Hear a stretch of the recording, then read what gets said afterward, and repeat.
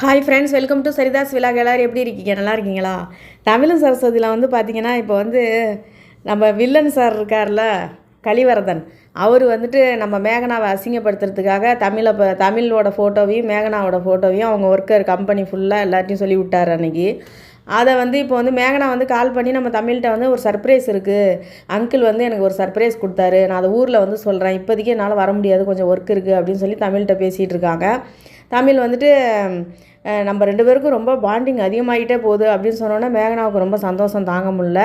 இப்போ வந்து அவங்க 2 பேரும் பேசியிருக்காங்க. இன்னும் நான் 2-3 நாளைக்கு வந்துட்டு நான் வந்துட்டு ரொம்ப பிஸியாக இருப்பேன், ஃபோன் பண்ணலன்னு எதுவும் நினச்சிக்காதீங்கன்னு சொல்லி அவங்க அந்த பக்கம் பேசிகிட்டு இருக்காங்க.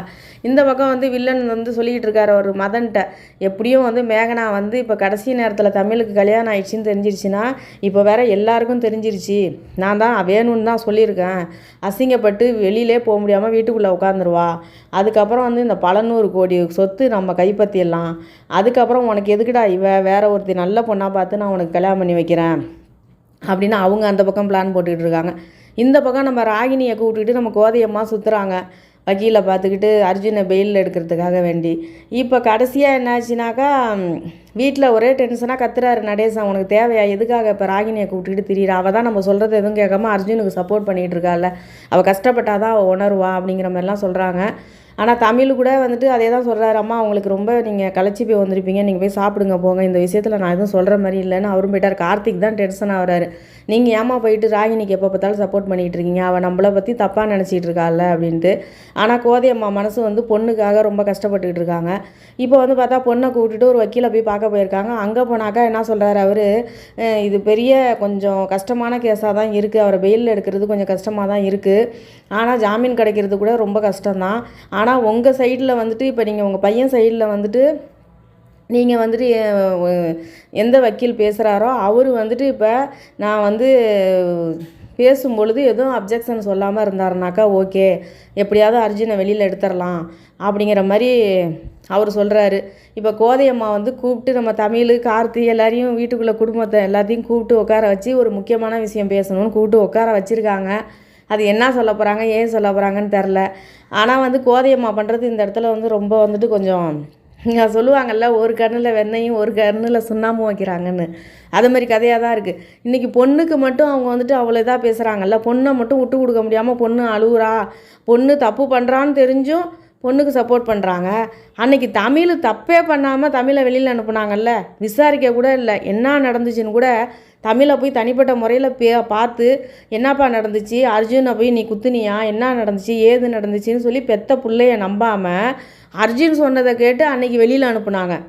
அன்றைக்கி வந்துட்டு தமிழ் எவ்வளோ கஷ்டப்பட்டார், போலீஸ்லாம் ஆளை வச்சு அர்ஜுன் வந்து அடித்தார், அப்போல்லாம் தமிழை வந்து அடிபட்டு தூக்க முடியாமல் சரஸ்வதி நமச்சியும் தூக்கிக்கிட்டு வராங்க. அப்போ கோதையம்மாவும் நடேசனும் வாக்கிங் போயிட்டு வரவங்க பார்த்துட்டு அவன் பண்ண தப்புக்கு அவன் அனுபவிக்கிறான்னு சொல்லிட்டு போனாங்க. அன்றைக்கி தமிழுக்கு மட்டும் அந்த தப்புக்கு வந்துட்டு மன்னிப்பே கொடுக்கல அவங்க. கடைசி வரைக்கும் எனக்கு 2 பிள்ளைங்க தான், எனக்கு வந்து 2 பிள்ளைங்க தான், தமிழ் கிடையாது, தமிழை பற்றி பேசினாலே டென்ஷன் ஆனாங்க அன்னைக்கு. இன்றைக்கி வந்து அர்ஜுனை வீட்டை விட்டு அர்ஜுன் வீட்டை பத்திரம்லாம் எழுதி மாற்றி எழுதுனதுன்னா கடுப்பாகி வெளியில் வந்தாங்க. அப்போ கூட தமிழை புரிஞ்சிக்கிட்டு வரல, வேறு வழி இல்லாமல் இப்போ தமிழ் வீட்டில் வந்து இருக்காங்க. இப்போ கூட தமிழை மன்னிச்சுலாம் அவங்க ஏற்றுக்கல, வேறு வழி கிடையாது, தமிழ் வீட்டில் இருக்கோம், தமிழ்கிட்ட பேசி ஆகணுமேனு பேசிகிட்டு இருக்காங்க. இப்போ ராகினியை மட்டும் எதுக்கு அவ்வளோ சப்போர்ட் பண்ணுறாங்க? அப்போ வந்து இவங்க நியாயமானவங்க நேர்மையானவங்க அப்படின்னா அதே தமிழுக்கு கொடுத்த அதே தண்டனையை ராகினிக்கு கொடுக்கணும். ராகினி வந்து தப்பாக புரிஞ்சிக்கிட்டு அர்ஜுன் கூட சப்போர்ட் பண்ணிகிட்டு இருக்கானா, தெளிஞ்சு பட்டு புத்தி வந்து அவள் உணரட்டும்னு சொல்லிட்டு இவங்க கம்முன்னு இருக்கணும். அதை விட்டுட்டு இப்போ பசங்களுக்கு எதிராகவே இவங்க போய் வக்கீல்கிட்ட போய் பேசுகிறது, ராகினியை கூப்பிட்டு போய் பேசுகிறது, ராகினிக்கு சப்போர்ட் பண்ணுறது, அர்ஜுனை வெளியில் எடுக்க வந்து மும்மரமாக நிற்கிறாங்கன்னா இவங்க கோதையம்மாவை எந்த லிஸ்ட்டில் சேர்க்குறது? புள்ள பாசம் கண்ணை மறைக்குதுங்கிறதெல்லாம் வேறு, அதே புள்ள பாசம் தமிழ் மேலே ஏன் வரல உங்களுக்கு அன்னைக்கு? அதுதான் இப்போ வந்துட்டு கேள்விக்குரிய. இப்போ தமிழ் மனசு கஷ்டப்படுவார்ல, அன்னைக்கு நம்ம அம்மா நம்மளை என்ன ஏதுன்னு கூட கேட்க பேசக்கூட விடலை, நம்மளை வந்துட்டு கன்னத்தில் அரைஞ்சாங்க, வெளியில் பண்ணிட்டார் தமிழ். இன்றைக்கி ராகினிக்கு மட்டும் அந்தளவுக்கு எதுக்கு சப்போர்ட் பண்ணுறாங்க?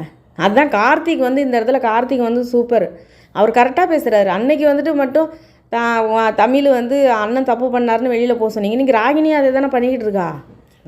கார்த்திக் கோவப்படுறது கரெக்டு, தமிழுக்கும் அந்த கோபம் இருக்குது, ஆனால் அம்மா கஷ்டப்படுவாங்களேன்னு வெளியில் சொல்லாமல் உட்காந்துருக்காரு. ஆனால் அவங்க ராகினின்னு எப்போ பார்த்தாலும் பின்னாடியே சுற்றிட்டு இருக்காங்க. ராகினி கூட இருக்கவங்களாம் எங்கே போனாங்க? அர்ஜுனோட சொத்து ஃபுல்லாக அவங்க சாப்பிட்டுக்கிட்டு உட்காந்துருக்காங்கல்ல. அவங்க அக்கா இருக்காங்க, அவங்க அம்மா இருக்காங்க, யாருமே இல்லாமையா இருக்காங்க ராகினி. அவங்கள வச்சு தான் வெளியில் எடுக்கணும். அப்போ நான் சொத்து ஃபுல்லாக சாப்பிட்றதுக்கெல்லாம் அவங்க வேணும். ஆனால் வெளியில் எடுக்கிறதுக்கு கோதையம்மா வேணுமா? அதே கோதையம்மா தான் கோதையம்மாவை வந்து என்ன கேவலமாக பேசுகிறாங்க அந்த குடும்பத்தில். இன்றைக்கி மட்டும் கோதையம்மாவை எதுக்கு எதிர்பார்க்குறாங்க? ராகினி எதுக்கு வந்துட்டு வேணாம், நீ எல்லாம் வேணாம், நானே என் புருஷனை தனியாக நின்று வெளியில் எடுக்கிறேன்னு நிற்க வேண்டியது தானே? எதுக்காக அவங்க அம்மா கிட்ட ஃபோன் பண்ணி அழுகுறாங்க? இது எங்கே போய் முடியுமோ தெரில. இந்த பக்கம் மேகனா சொத்தை சுருட்டுறதுக்கு அவங்க வில்லன் சார் வந்துட்டு அவங்க அங்கிள் ஒரு பக்கம் அவர் பிளான் போட்டுக்கிட்டு இருக்காரு.